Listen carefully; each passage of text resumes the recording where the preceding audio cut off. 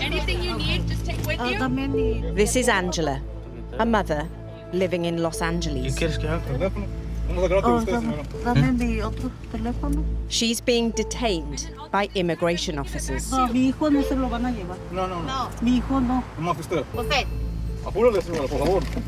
Her son films as she's about to be taken away. Ahorita ya te vas a la casa.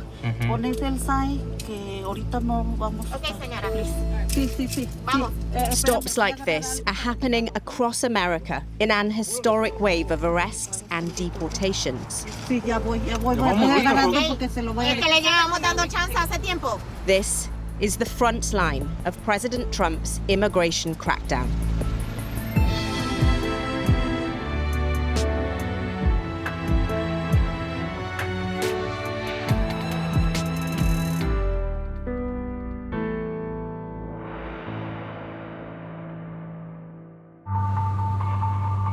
Los Angeles is a self-declared sanctuary city, a supposed safe haven for migrants. Nearly half of its residents are Latino, and the city's economy depends on migration. Now, it's ground zero in one of the largest deportation drives in US history. Out of LA! But across Los Angeles, anger and resistance is mounting.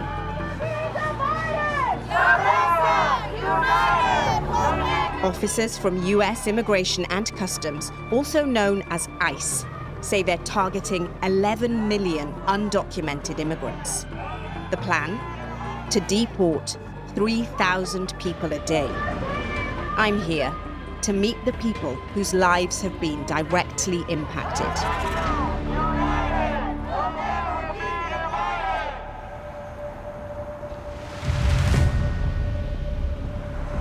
Reports are coming in of a suspected ICE raid in San Bernardino, east of Los Angeles.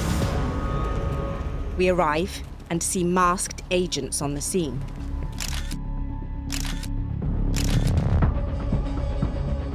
Oh, that's the car being towed. Two cars appear to have collided. You saw from inside?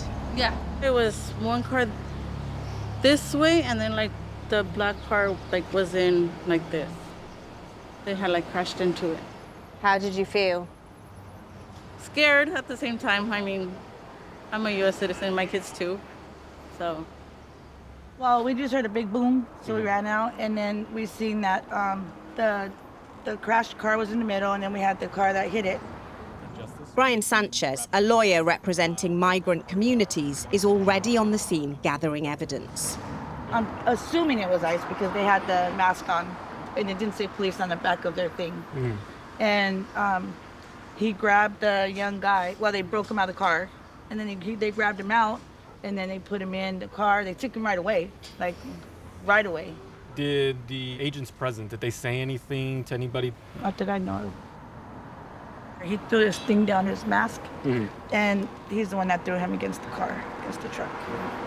If I'm seeing this photo correctly, it looks like the agent's vehicles hit the other person's vehicle? Right there. What I'm assuming is the car hit, that's one boom, and then the second two booms were probably when they broke his glass to the car to get him out of the car. In sanctuary states, police are rarely allowed to cooperate with federal agents. Bryan's trying to find out if those lines have been crossed. California state law restricts local law enforcement working with federal agents. Would you be able to send me those photos? I sure can. If you have any questions, please feel free to reach out to me. Okay. I appreciate you, Bryan. God bless you. Thank you for your work. Of course. Until recently, ICE agents operated openly across Los Angeles. Now their tactics have become far more covert. We show Bryan our footage. So this is what we showed up to. Yeah, this is most likely then immigration enforcement. You can tell by the fact that they're entering unmarked vehicles with no license plate. Their jackets have no insignia on them, which is usually the telltale sign of ICE. These people could be vigilantes for all we know. The agents are saying they have to wear masks because otherwise they're getting doxxed, they're getting attacked. What do you make of that? I myself don't give it much credence. Local PD doesn't wear masks. San Bernardino Police Department doesn't wear masks. How could that possibly be justified to wear masks without any insignia and without identifying themselves?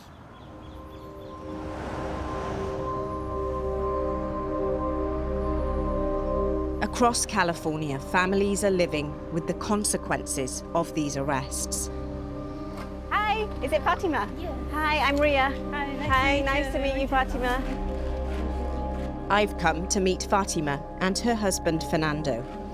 Hello. 3 weeks ago, Fernando's dad, Felix, was arrested at the local Home Depot store where he'd been working, a frequent target for ICE. They just hit them by surprise. They blocked every entrance where he was at. He didn't see them coming.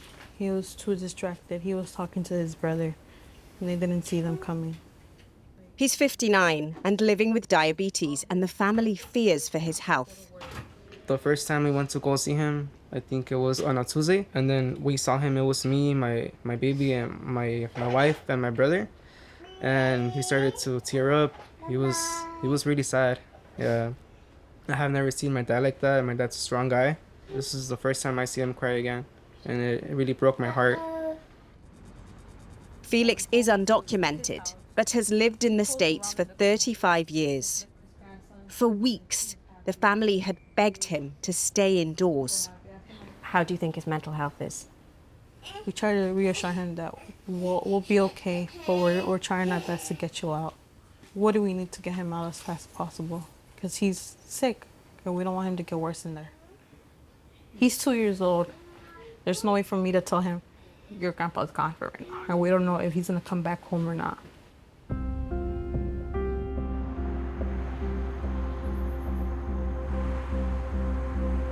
We're at day 85, the 85th day of the ICE siege of LA.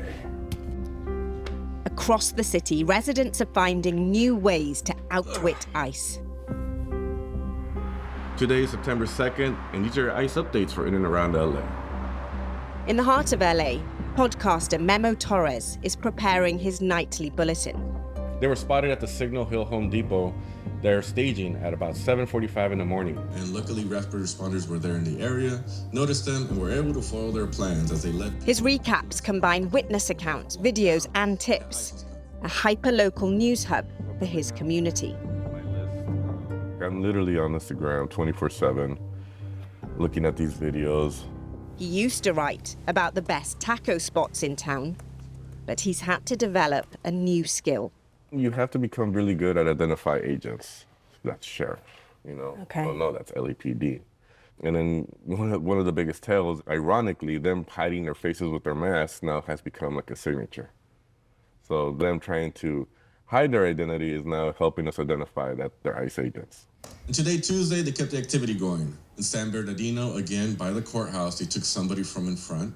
Nobody pays attention to all the smaller stories showing how they're just indiscriminately pulling vehicles over, you know, and trying to find somebody who's not documented, questioning people just because they're brown.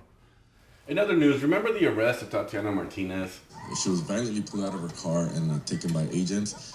In July, a federal judge issued a temporary restraining order limiting arrests based solely on race or occupation. But the order has since been lifted, pending appeal at the Supreme Court. It's very targeted. If you look at all that documentation, it's irrefutable proof they're targeting the brown community. And why do you do it? It almost feels like a duty and an obligation to do it. But more than that, it's personal, you know? It's your people, these are your friends, your neighbors, your family, people you grew up with. You know, this is our home. So like when people start coming attacking us and then you start seeing on social media, like the propaganda machine just completely putting this information about how we're rioters and how we're looters and how we're lawless. And it's the exact opposite. They're coming in here and doing all that to us. So it's like somebody has to, you know, show the truth. Do you take it home with you in your head? Of course, yeah. You know, you dream about it, you know? Yeah, it's a lot. God damn you. Yeah, it's a lot. ICE maintains its operations are lawful and denies any racial profiling.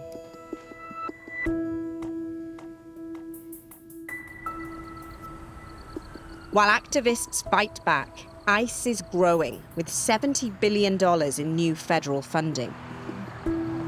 Mi hijo no se lo van a llevar. No. Mi hijo no. Usted. Angela relives this moment over and over. Te vas a la casa. Ahorita ya te vas a la casa. She was arrested at traffic lights whilst out shopping. Sí. Angela has been in the US for 26 years and is a mother of 2. She's just been released from federal detention, but under strict supervision. ¿Trae sus documentos? Como que documento dice. Today, with her lawyer, she must check in with the Department for Homeland Security. Angela came to the US from Mexico as a child. She applied for protection under the Dreamers Act, allowing young, undocumented immigrants to stay legally, but she lacked the school records to qualify. She has no criminal record. Her time in detention was tough. Sí, cuando llegué allí no sabía qué hacer, no sabía qué está pasando. Te entra como desesperación, mucho desesperación de estar ahí adentro.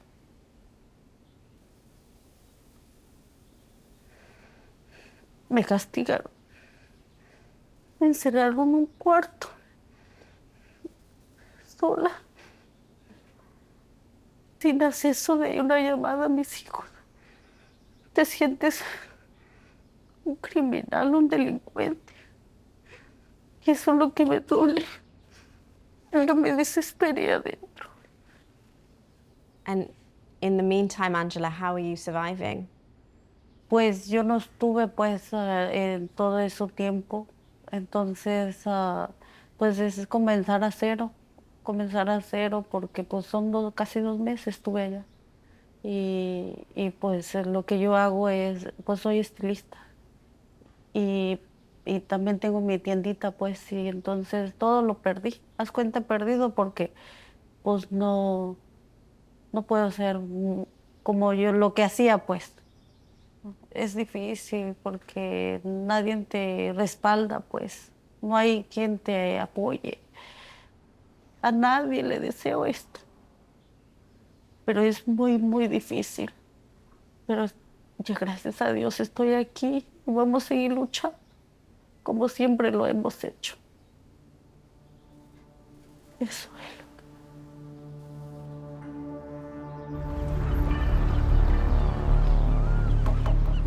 As dawn breaks over MacArthur Park in downtown LA, a small team is gathering. Their task? Morning. To monitor ICE activity and warn residents. We're just gonna just drive around the neighborhood, look for any suspicious activity. Ron Goches is a high school history teacher and leading member of Union del Barrio, a grassroots network of community volunteers. This neighborhood has been hit especially hard. As an organization, we never advocate for violence, but the agents have to know that they're not the only ones with guns. This is a community that has violence, and it's just a matter of time that when the repression continues to attack our communities, the people will resist back in whatever the way they can. You all have a radio? Okay, so let's do it. Radio check.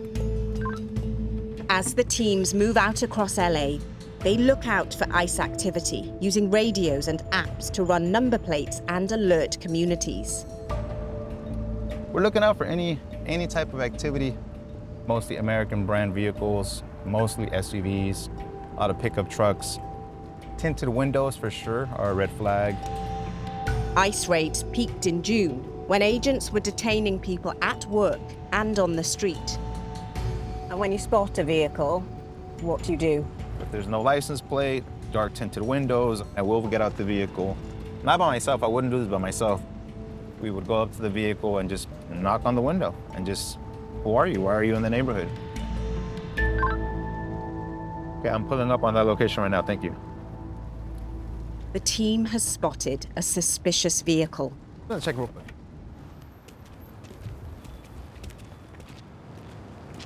We found suspicious vans, but they're empty. I don't see anyone here. We're in the alley that goes through. There's like a big parking lot that says the Spa Palace or something. We're in that alley.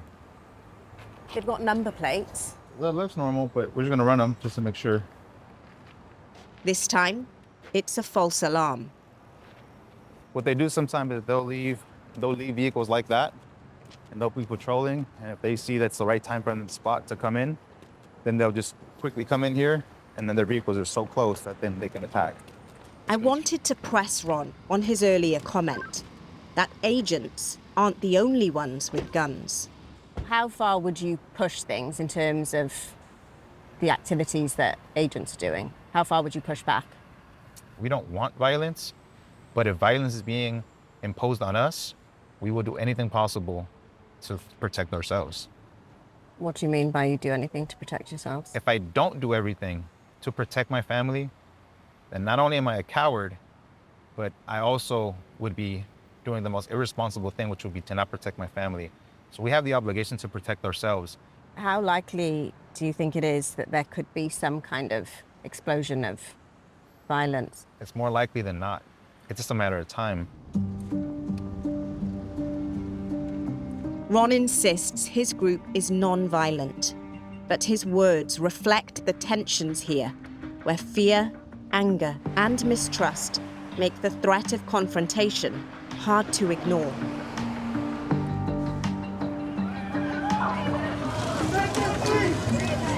Anti-ICE protests outside LA's Metropolitan Detention Center have become a flashpoint. These images were filmed by Anthony Cabasa, a Latino journalist and vlogger who supports Donald Trump. Anthony. Ria. Ria. He's built his following covering immigration raids and street protests. Trump's 2024 victory hinged on a record swing in the Latino vote, decisive in the battleground states like Pennsylvania and Florida. If you're here illegally, meaning you don't have a work visa, you're not a US resident, you're not a green card holder, you have still broken the law. You are a criminal. And my mom actually agrees with what's happening. She's like, look, I did it the right way. We paid our dues, we pay taxes. All my legal immigrant family, none of them are worried. They don't live in fear. They don't go out to the supermarket saying, what happens if I get stopped today? But recent polls show Trump's support is slipping among Latinos. The president promised to remove the worst of the worst criminal illegal aliens. People say that he's doing the exact opposite now. So law enforcement is really not going to be able to tell who's only here because they've overstayed their visa, or if they're just an illegal immigrant, that's their only crime, until they actually make the arrest. People feel targeted by federal agents. They feel under threat. They feel like their families are being pulled apart. So there is that saying, if you've got nothing to hide, you've got nothing to fear. Overwhelming majority of Americans, that's what they voted for. If people are truly upset about this, well, guess what? Next year we have elections. Next time around, you don't have to vote for that party again. You can vote for the party that you feel is more compassionate toward immigrants.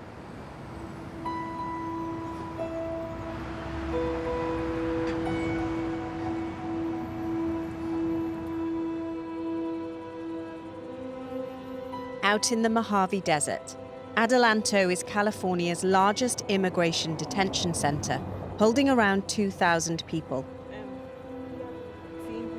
For families like Fatima and Fernando, who are visiting, it's a long, exhausting journey. So the Adelanto Detention Center is pretty much in the middle of nowhere. It's in the middle of the desert.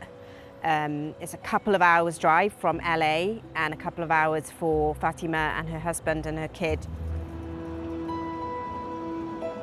Since January, at least 15 people have died in ICE custody, including one at this privately run facility, which has faced serious allegations of neglect.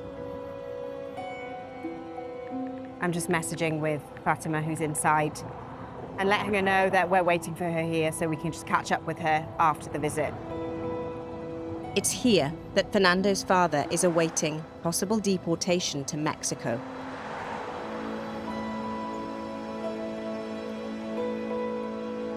I think this is them. Here they are.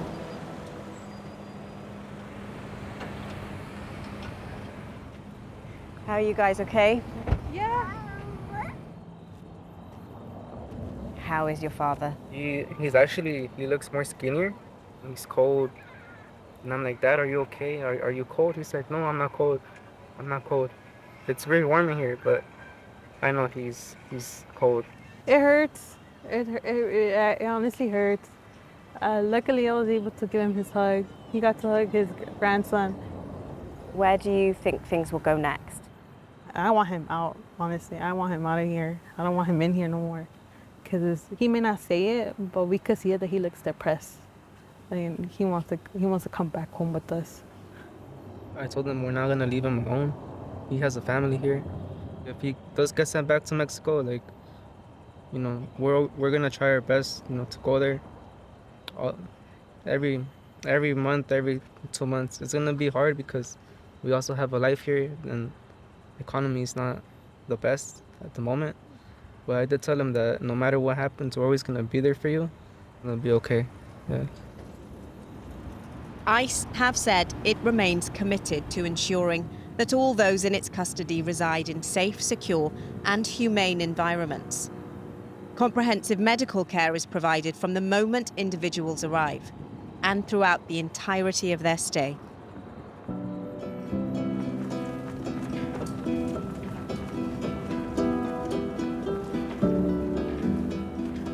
We've met families torn apart and people living in fear. And we've also met people who say that these policies are necessary and were voted for democratically. At the same time, many people feel that ICE agents are operating with impunity and with little accountability. So where does the balance lie between enforcing immigration law and protecting civil liberties? Felix has since been released from detention and reunited with his family. But the effort to deport him to Mexico is ongoing. Angela is still awaiting her fate.